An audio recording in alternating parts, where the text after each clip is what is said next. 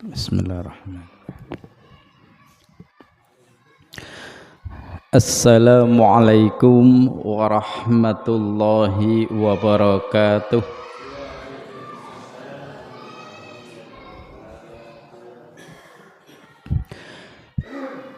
Innal hamdalillah na'maduhu wa nasta'inuhu wa nastaghfiruh wa na'udzu billahi min sururi anfusina wa min sayyiati a'malina. May yahdihillahu fala mudhillalah wa may yudlilhu fala hadiyalah. Ashhadu an la ilaha illallah wahdahu la syarikalah wa ashhadu anna Muhammadan abduhu wa rasuluhu la nabiyya ba'dah. Allahumma salli wa sallim ala nabiyyina wa maulana Muhammad wa ala alihi wa ashabihi wa barik wa sallim tasliman katsira. Qala Allah ta'ala fi kitabihil karim, a'udzu billahi minasy syaithanir rajim.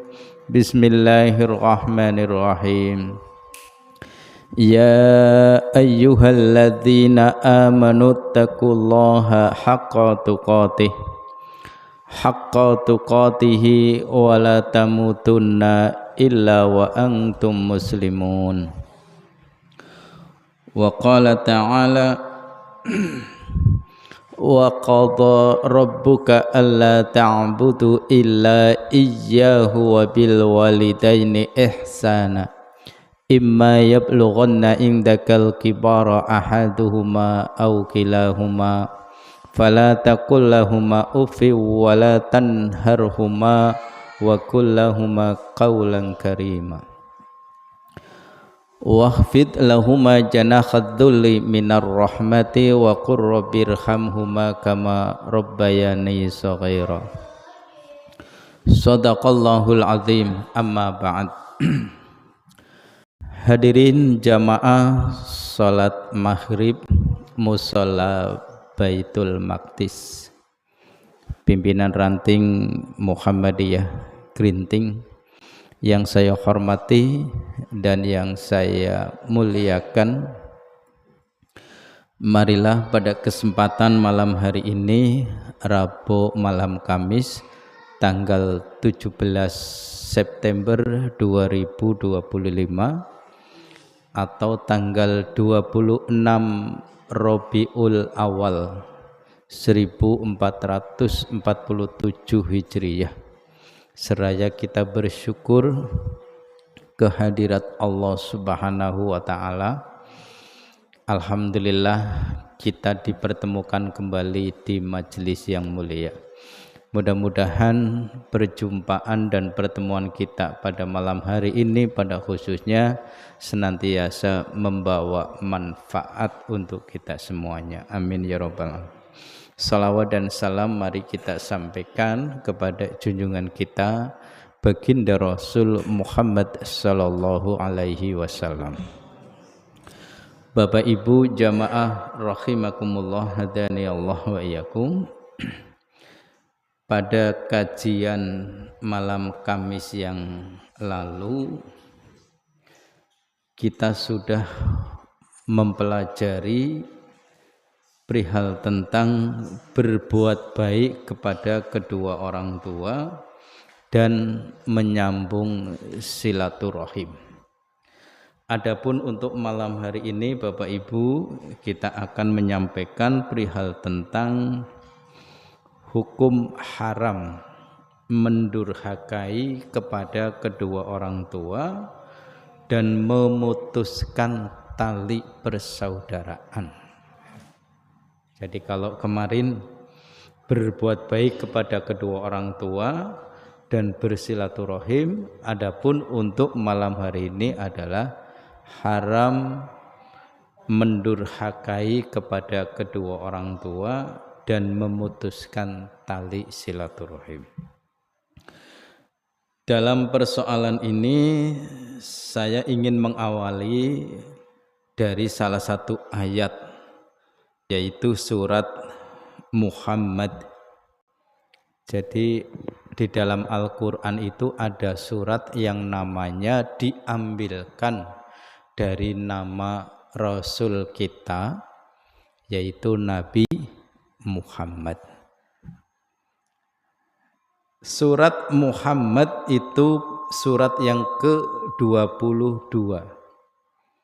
Nah, mohon maaf, surat Muhammad pada ayat ke-22 dengan ayat 23. Qala Allahu ta'ala fahal asaitum ing tawallaitum an tufsidu fil ard wa tuqatti'u arhamakum ulaikal ladzina la'anahumullah fa asammahum wa a'ma absarahum. Allah Ta'ala berfirman, maka apakah kiranya jika kamu berkuasa, kamu akan membuat kerusakan di muka bumi dan memutuskan hubungan kekeluargaan? Mereka itulah orang-orang yang dilaknati oleh Allah dan ditulikannya telinga mereka dan dibutakannya penglihatan mereka. Jadi Bapak Ibu, biasanya orang-orang yang suka membuat kerusakan di atas bumi, ya, itu kebanyakan diperbuat justru oleh orang-orang yang berkuasa. Maksudnya kira-kira apa itu Bapak Ibu? Kalau orang-orang biasa itu, ya, kalau membuat kerusakan ya mungkin sifatnya kecil, ya. Tapi kalau orang-orang yang sudah berkuasa atau ketika dia memiliki kekuasaan itu, biasanya ketika melakukan kerusakan itu akan jauh lebih besar. Ya, contohnya kita bisa melihat dari beberapa kisah raja-raja zalim terdahulu, seperti Raja Namrud, ya. Kemudian Raja Fir'aun. Itu kerusakan yang diperbuat olehnya itu sungguh luar biasa. Begitupun kerusakan yang diperbuat oleh penguasa-penguasa zalim zaman sekarang, ya. Pertambangan yang merusak lingkungan itu siapa yang melakukan? Kan mereka yang punya kekuasaan, yang punya banyak duit, ya. Itu kerusakannya luar biasa. Kemudian ketika mau buka lahan baru, membakar hutan, itu juga kerusakannya, ya. Jadi kerusakan-kerusakan itu lebih kebanyakan diperbuat oleh orang-orang yang sedang punya kekuasaan. Ini kita lagi bicara orang yang punya kekuasaan tapi zalim, ya. Orang yang berkuasa tapi tidak zalim pun ya insya Allah masih ada. Nah, kemudian terkadang pula orang-orang yang sudah punya kekuasaan itu juga kadang-kadang lupa dengan orang tuanya, lupa dengan kerabatnya, lupa dengan saudaranya. Itu kadang-kadang Bapak Ibu, ya. Dan itu memang fakta. Kebanyakan orang-orang yang sudah banyak melupakan orang tuanya, melupakan kerabatnya, itu ya mereka-mereka yang kadang-kadang karena sudah hidupnya senang, hidupnya udah bergembira, jadi lupa. Maka kemudian dikatakan oleh Allah, orang-orang yang demikian, orang-orang yang suka berbuat kerusakan, orang-orang yang melupakan dengan orang tuanya dan memutuskan silaturahim dengan karib dan kerabatnya, maka oleh Allah dikatakan dia dilaknati, ya. Ulaikal ladzina la'anahumullah. La'anahumullah itu dilaknat oleh Allah. Ngeri ndak ini Pak Bu? Ya. Jadi orang yang melupakan orang tuanya serta memutuskan hubungan silaturahim dengan karib kerabatnya oleh Allah itu ulaikal ladzina la'anahumullah. Yang pertama dikatakan oleh Allah dalam Al-Qur'an surah Muhammad itu orang yang dilaknati. Dilaknat ngerti ya Bu ya? Dilaknat, dibenci, dimarahi, dijauhkan, itu namanya dilaknat. Kemudian fa'asammahum wa a'ma. Bukan saja dilaknati oleh Allah, tapi juga ditulikan telinganya. Mohon maaf, ini kalimat ditulikan bukan tuli di dunia karena sedang sakit, bukan. Tapi ditulikan artinya kelak di akhirat itu telinganya akan ditulikan. Sehingga tidak mendengarkan seruan Allah, ya, karena tuli. Kemudian absarahum, dan mereka itu dibutakan penglihatannya. Jadi Bapak Ibu, orang-orang yang suka membuat kerusakan di muka bumi lalu tidak ingat lagi dengan kedua orang tuanya dan memutuskan hubungan silaturahim, maka dia akan mendapatkan 3 hal. Yang pertama dilaknati oleh Allah, yang kedua ditulikan telinganya, dan yang ketiga dibutakan penglihatannya. Bapak Ibu, kira-kira wis uripe dilaknat, kupinge ditulikan, matane ndak bisa melihat. Kira-kira orang semacam ini nikmat ndak hidupnya Pak Bu? Ya, tentu tidak. Tapi ini oleh Allah akan diberikan kepada orang tadi, ya. Dan itu terutama kelak di akhirat. Makanya Bapak dan Ibu kita diingatkan oleh Allah Subhanahu wa taala untuk tidak melakukan beberapa hal tadi. Nah, baik, kemudian yang berikutnya Quran surah Ar-Ra'd ayat 25. Wa qala ta'ala walladzina yanquduna ahdallahi min ba'di mitsaqihi wa yaqta'una ma amarallahu bi ayyusala wa yufsiduna fil ard ulaika lahumul la'natu wa lahum su'uddar. Orang-orang yang merusak janji Allah setelah diikrarkan dengan teguh dan memutuskan apa-apa yang Allah perintahkan supaya dihubungkan dan mengadakan kerusakan di bumi, orang-orang itulah memperoleh kutukan dan bagi mereka tempat kediaman yang sangat buruk, yaitu jahanam. Ini Quran surah Ar-Ra'd lebih memberikan penegasan, ya. Jadi orang-orang yang suka merusak janji, ya, merusak janji dengan Allah setelah dia mengikrarkan sudah berjanji kepada Allah. Kira-kira janji-janji kita kepada Allah apa itu Bapak Ibu? Ya, kita akan beribadah kepada Allah, ternyata tidak mau beribadah kepada Allah. Kita mau mentaati perintah Allah dan Rasul, ternyata tidak mentaatinya. Lalu kita mau meninggalkan larangan Allah dan Rasul, ternyata kita langgar. Ya. Itu namanya merusak janji dengan Allah.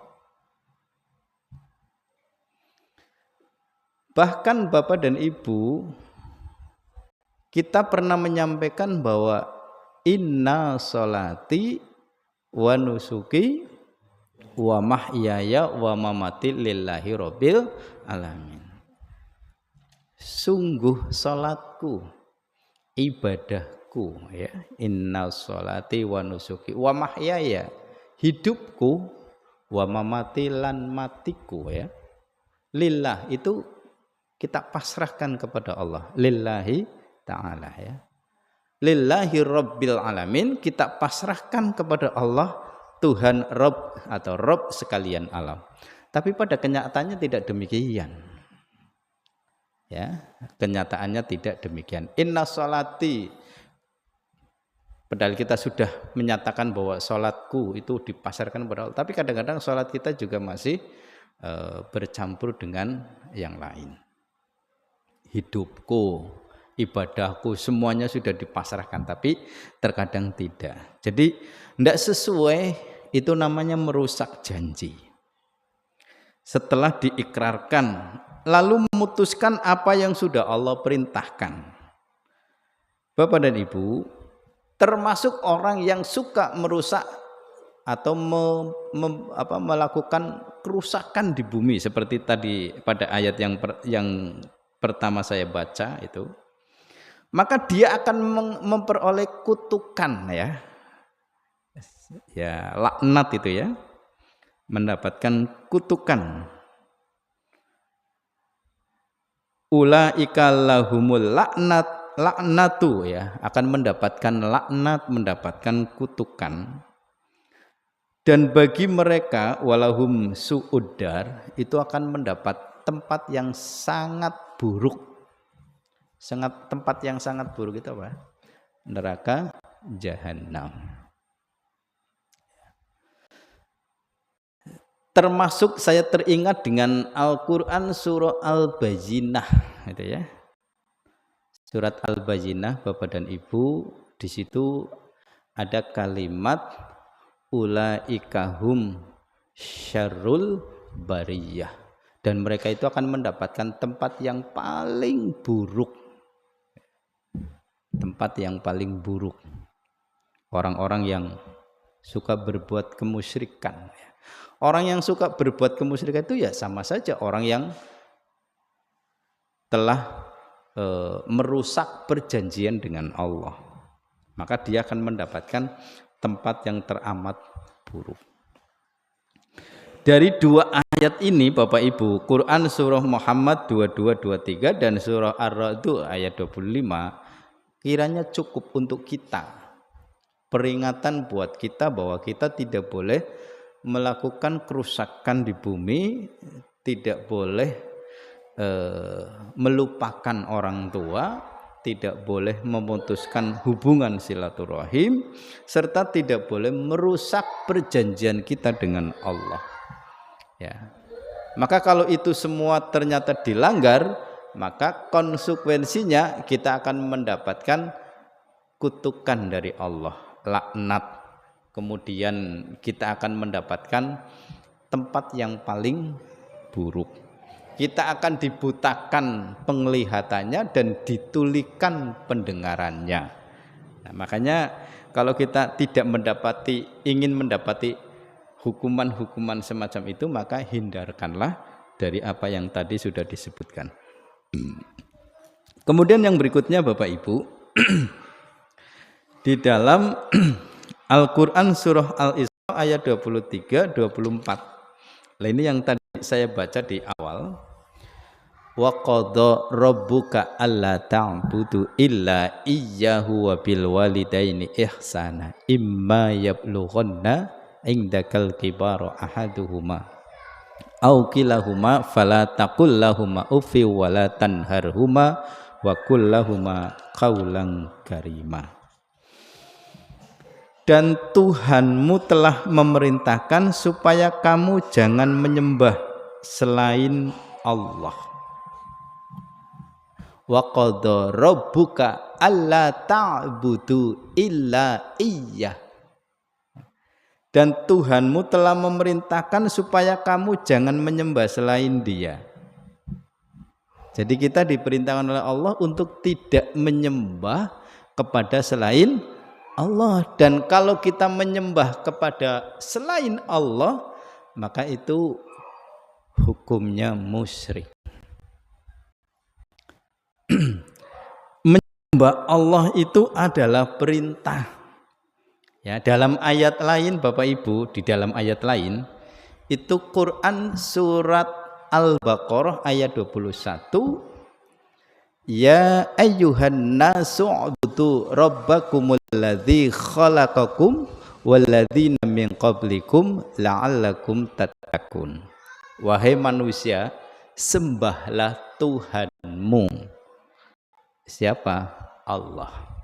Ya ayyuhan nasu ubudu rabbakumul ladzi khalaqakum. Wahai manusia, sembahlah Tuhanmu Allah yang telah menciptakan kamu.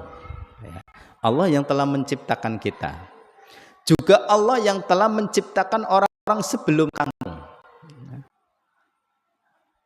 Walladzina min qablikum la'allakum tattaqun, supaya kamu menjadi orang yang bertakwa. Itu di dalam Quran surat Al-Baqarah ayat 21. Termasuk Bapak dan Ibu, saya, jenengan semua dan semua umat manusia itu diciptakan oleh Allah sesungguhnya adalah untuk beribadah. Quran surah Az-Zariyat ayat 56. Wa ma khalaqtul jinna wal insa illa liya'budun. Dan tidak aku ciptakan jin dan manusia. Kenapa jin dulu yang disebut? Karena Allah lebih dahulu menciptakan jin daripada manusia. Wa ma khalaqtul jinna wal insa. Dan tidak aku ciptakan jin dan manusia melainkan, ya, atau kecuali supaya mereka beribadah kepada Allah. Illa liya'budun. Kecuali untuk beribadah. Nah, beribadah itu apa Bapak Ibu? Beribadah itu dalam pengertian bahasa, ya, bahwa ibadah itu asal dari akar kata adn, ya. Adn. Jadi abdi gitu. Ibadah itu adalah mengabdi, ibadah itu adalah taat atau mentaati. Ibadah itu adalah menyembah. Ini pengertian ibadah menurut bahasa. Makanya orang yang beribadah itu adalah orang yang mentaati, orang yang patuh, orang yang menyembah dan mendekatkan dirinya kepada Allah. Itulah orang yang beribadah. Nah, kita diperintahkan oleh Allah untuk beribadah dan tidak boleh beribadah kepada selain Allah. Kemudian, dan hendaklah kamu berbuat baik kepada ibu bapakmu dengan sebaik-baiknya. Wabil walidaini ihsana. Kita diperintahkan oleh Allah untuk berbuat baik kepada ibu bapakmu dengan sebaik-baiknya. Kata-kata berbuat baik dan sebaik-baiknya itu artinya lebih baik begitu. Nah, kira-kira kita ini sudah bisa berbuat baik untuk kedua orang tua kita apa? Belum. Jika salah seorang di antara keduanya atau kedua-duanya, ya, salah seorang di antara keduanya berarti mungkin bisa jadi ibu bapaknya, ibunya dulu atau mungkin bapak, ya, atau kedua-duanya sampai berumur lanjut dalam pemeliharaanmu. Jadi orang kalau sudah lanjut usia itu kan dalam pemeliharaan anak-anaknya, ya.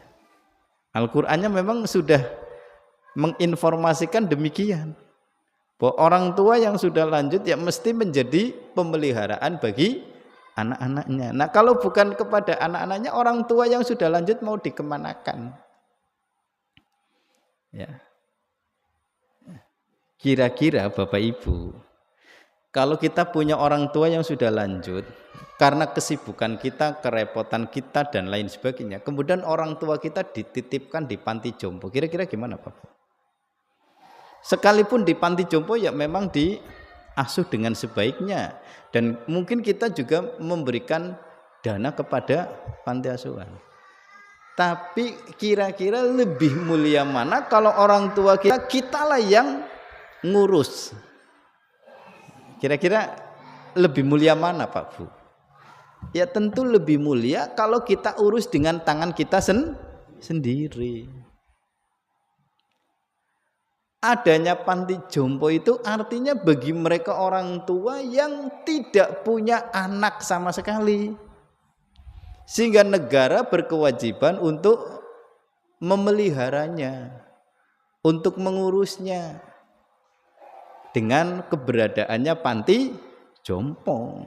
Tapi kalau kita punya orang tua kemudian karena kesibukan dan lain-lain lalu orang tua kita dititipkan, itu kan kurang hebat lah ya Pak Bu ya. Akan lebih baik dan lebih mulia kalau orang tua kita yang sudah jompo, yang sudah lanjut, kita urus sendiri, kita pelihara sendiri.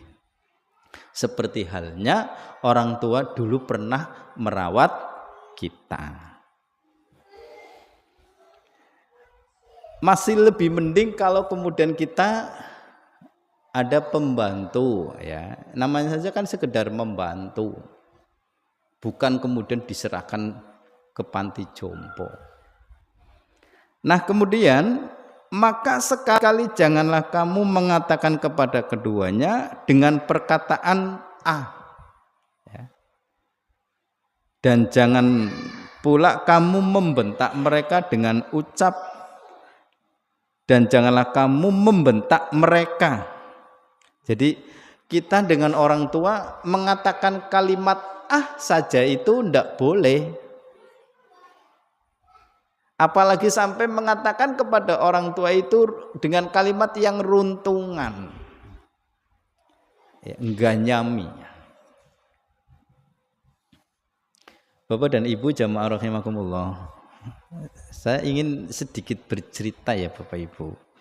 Satu ketika ibu saya itu kepengin tidur di rumah kami. Ya tentu kami persilahkan ya. Dan alhamdulillah tidak ada terbersit dalam hati kalimat ngenes ya Bu ya. Wong tua panandun turu ndadake ngenes. Alhamdulillah tidak demikian. Malah senang wong tua izin pengen andon turu. Begitu ya mungkin sekitar jam berapa malam itu ya. Dia poyan. Aku pengen pipis itu ya. Monggo. Dadi nalika ngomong pengen pipis, gue jebule wis keblete temenanan, Pak.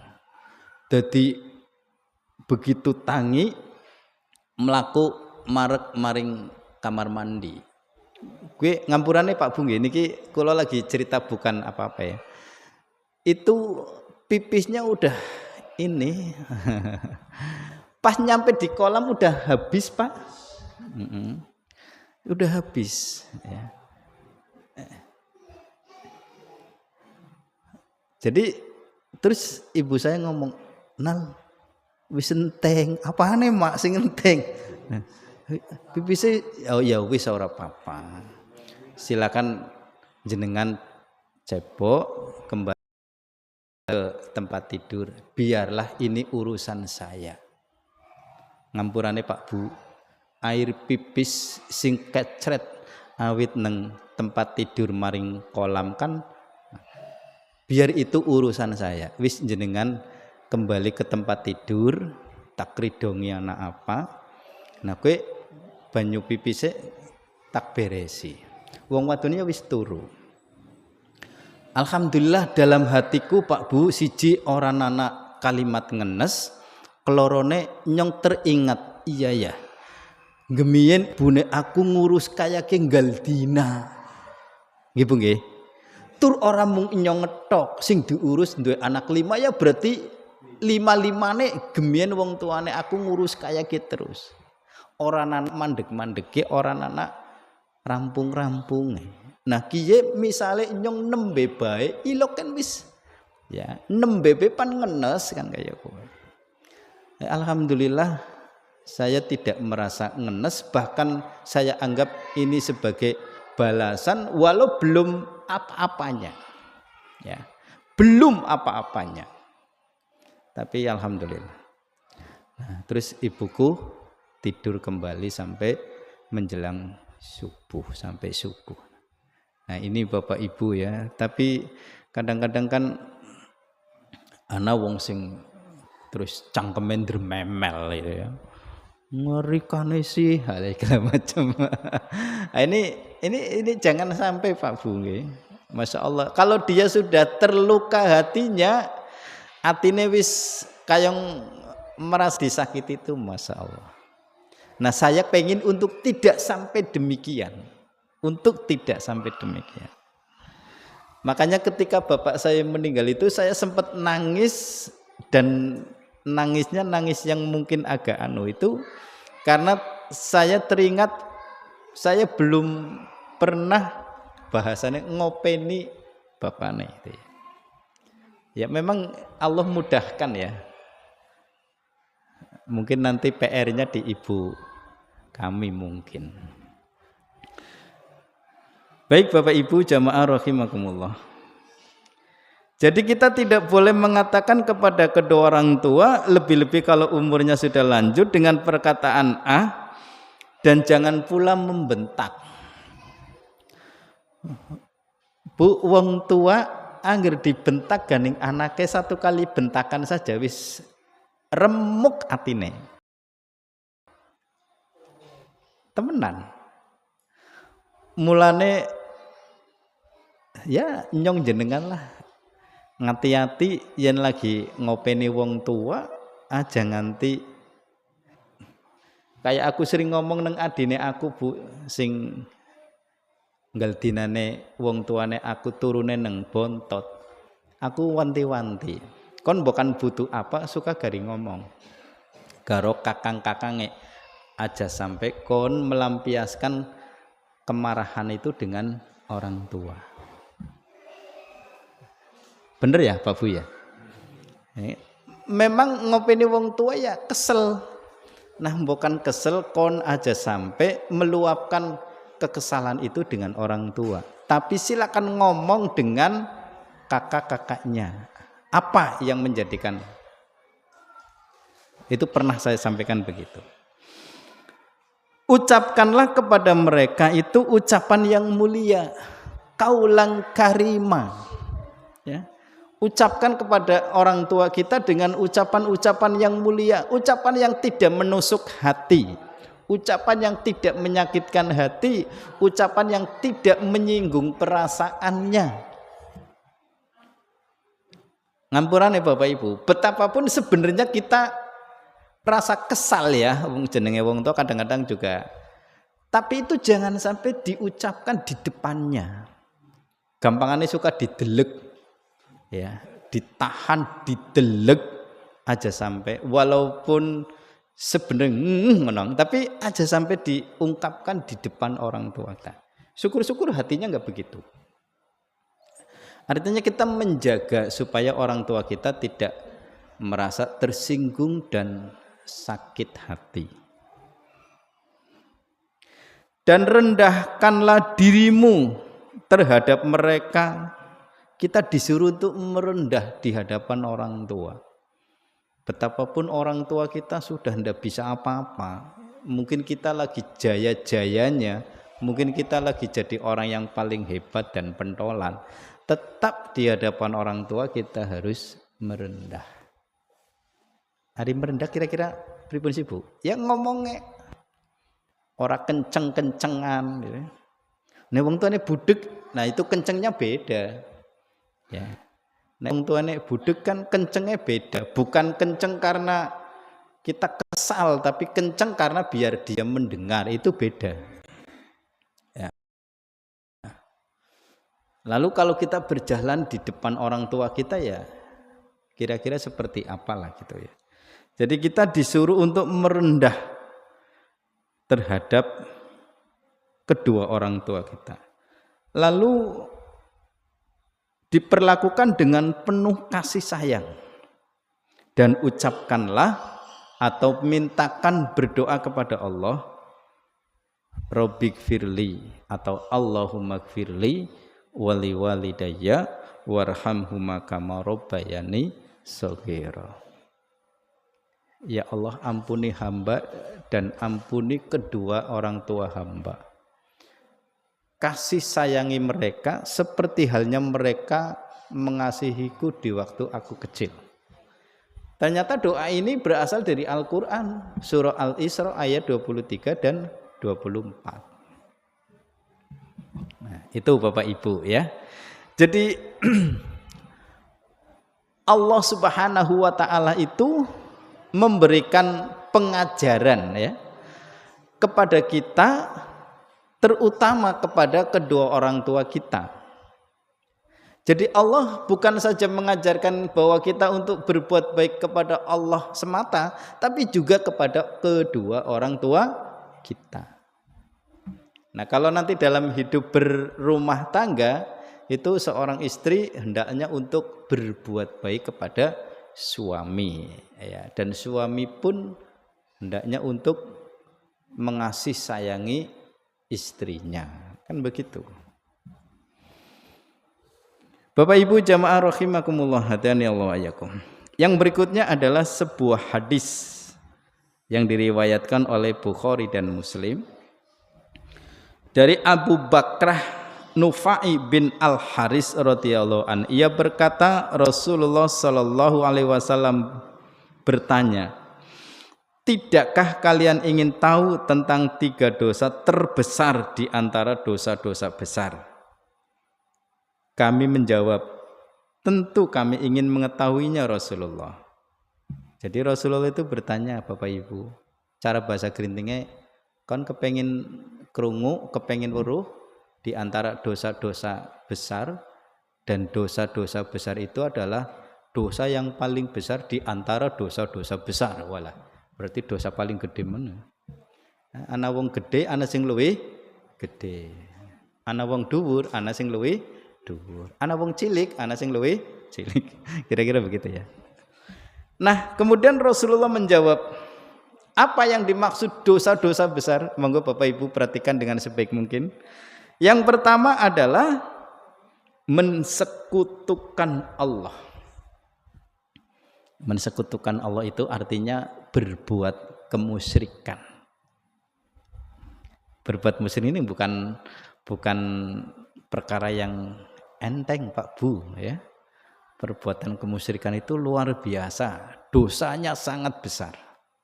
Kalau kita ngaji khusus bab kemusyrikan, nanti tak jabarkan ya, dijabarkan akibat yang diterima karena dia telah berbuat kemusyrikan. Di antaranya adalah tidak diterima amal ibadahnya, kemudian bisa menghanguskan pahalanya,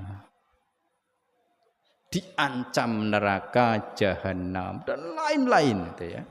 Itu akibat dari perbuatan musyrik. Maka oleh Rasulullah, 3 dosa besar melebihi besarnya dosa-dosa yang lain. Yang pertama adalah al-isyraku billah, berbuat kemusyrikan atau mensekutukan Allah. Lalu yang kedua apa? Wa uququl walidain. Yang kedua adalah mendurhakai kedua orang tua. Tadi yang pertama apa, Bu? Bu. Tadi yang pertama, ya, durung metu wis kelalin ya.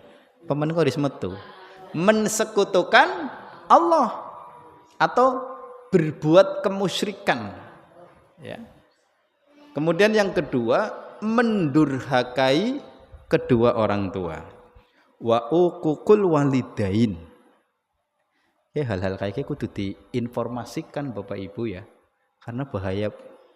Yang pertama musyrik, yang kedua berbuat durhaka kepada orang tua. Semula Rasulullah bersandar kayak karo semende, ya. Lalu beliau duduk tegak seraya meneruskan sabdanya, ingatlah juga perkataan yang bohong dan persaksian palsu. Rasulullah mengulang-ulang perkataan itu sampai-sampai kami berkata dalam hati, semoga beliau itu diam. Maksudnya Rasulullah sampai disampaikan sampai berkali-kali, ya. Jadi 3 hal itu, yang pertama mensekutukan Allah, yang kedua mendurhakai kedua orang tua, dan yang ketiga berbuat kebohongan dan memberikan kesaksian palsu. Nah, ini bapak-bapak, ibu-ibu mau kan jadi saksi ya sampaikan apa adanya.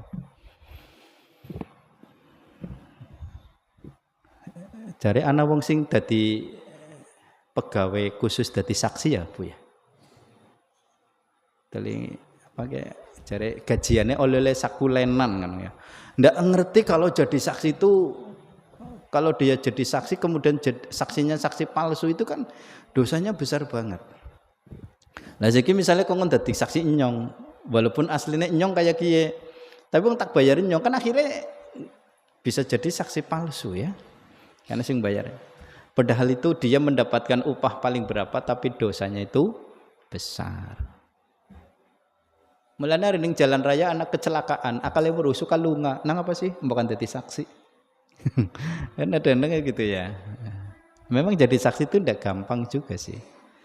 Jadi ketiga dosa besar yang dimaksud oleh Rasulullah, yang pertama mensekutukan Allah, yang kedua mendurhakai kedua orang tua, yang ketiga berbuat kebohongan dan memberikan kesaksian palsu.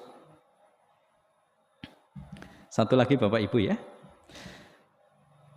Dari Abdullah bin Amr bin Al-As radhiyallahu an, dari Nabi sallallahu alaihi wasallam, beliau bersabda, dosa-dosa besar adalah menyekutukan Allah, mendurhakai kedua orang tua, dan membunuh orang dan sumpah palsu. Nah, dalam hadis ini masih tetap 3, lalu ada tambahan membunuh. Ya. Jadi membunuh orang, menghilangkan nyawa orang, kecuali dalam hal tertentu ya, itu jelas dosanya besar. Apalagi kalau sampai membunuh beberapa orang. Contohnya kejadian di Indramayu yang namanya Saroni ya. Bukan Ahmad Saroni yang jadi dewan, bukan ya. Itu di Indramayu ada seorang yang bernama Haji Saroni, satu keluarga dibunuh, mati semua, dikubur di belakang rumah. Ya Pak Bu, dikubur bareng-bareng di belakang rumah, di pekarangan rumahnya. Wis kudu-kudune endak konangan, barang wis oli pirang dina, tetangga-tetangganya itu pada curiga, Ki Haji Saroni ganing kayong oli pirang dina kak sepi gitu loh. Oli pirang dina ganing sepi langka, biasane esuk lawange ngeblak terus sering aneh. Kok iki pirang dina ya? Ngertine apalagi lunga. Barang didobrak sepi, barang dikontrol di samping dan belakang rumah. Itu diketahui ada salah satu anggota tubuh manusia yang mendem tapi orang kependem kabeh ngono lho. Dadi ndan tangane congat-congat wis lah ya. Nongol ya, kudu-kudune ndak konangan ya. Akhirnya lapor polisi, setelah ternyata itu kuburan massal satu keluarga. Nah, sekarang pembunuhnya sudah ketangkap, Pak Bu ya. Itu kalau sudah membunuh sampai lebih dari 1 orang ya dosanya sudah sangat besar banget. Baik Bapak Ibu jamaah rahimakumullah hadani Allah wa yakum, itu yang mungkin perlu Bapak Ibu ingat-ingat perihal tentang larangan untuk mensekutukan Allah, larangan mendurhakai orang tua, larangan membunuh, larangan memberikan kesaksian palsu.